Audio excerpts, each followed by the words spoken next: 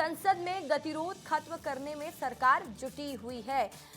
सदन में गतिरोध खत्म करने को लेकर बातचीत, किरण रिजिजू, ओम बिरला की विपक्ष से बातचीत, अखिलेश यादव और केसी वेणुगोपाल से मुलाकात, कई विपक्षी दलों के नेताओं से बातचीत जारी है।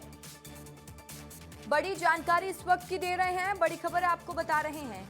केंद्रीय मंत्री जितेंद्र सिंह ने पेपर लीक से जुड़ा लोक परीक्षा संशोधन बिल लोकसभा में पेश किया।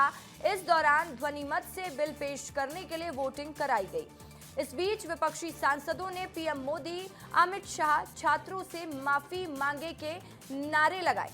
संसद में लगातार हंगामे के चलते लोकसभा की कार्यवाही शाम 5 बजे तक स्थगित कर दी गई। उधर पूर्व शिक्षा मंत्री धर्मेंद्र प्रधान इस्तीफे के बाद सोमवार को पहली बार जब संसद पहुंचे, एनडीए सांसदों ने उन्हें शॉल और मिथिला पाग पहनाकर सम्मानित किया और संसद भवन के अंदर तक लेकर गए।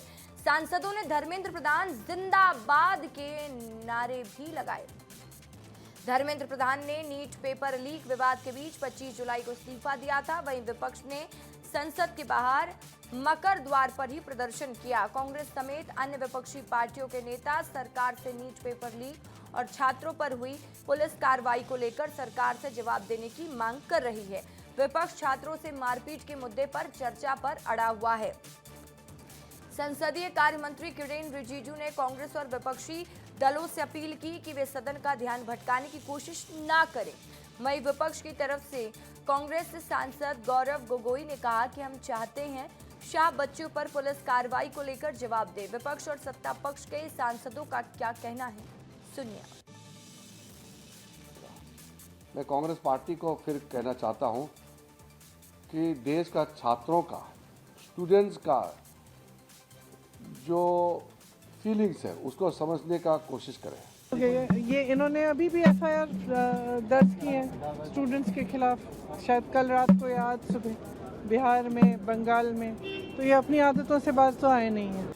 आज भी वे युवा जिन्होंने धरना किया उन पर पुलिस कार्रवाई क्यों 20 जुलाई के दिन बच्चों पर इस प्रकार का अत्याचार हुआ, इन सब पर हम चाहते हैं कि गृह मंत्री बयान दे। इन्होंने ये मन बना लिया है कि जब तक इनको कुर्सी नहीं मिलती ये संसद चलने नहीं देंगे, चाहे कितना भी जरूरी मुद्दा हो। एजुकेशन तो ये अपने हाथ, कहते ना खिसियाई बिल्ली खंबा नोचे, तो ये खंबा नोचने जैसा काम। मुझे समझ में नहीं आ रहा है। विपक्ष पहले बोल रही थी कि धर्मेंद्र प्रधान जी इस्तीफा देंगे, उसके बाद चर्चा करेंगे।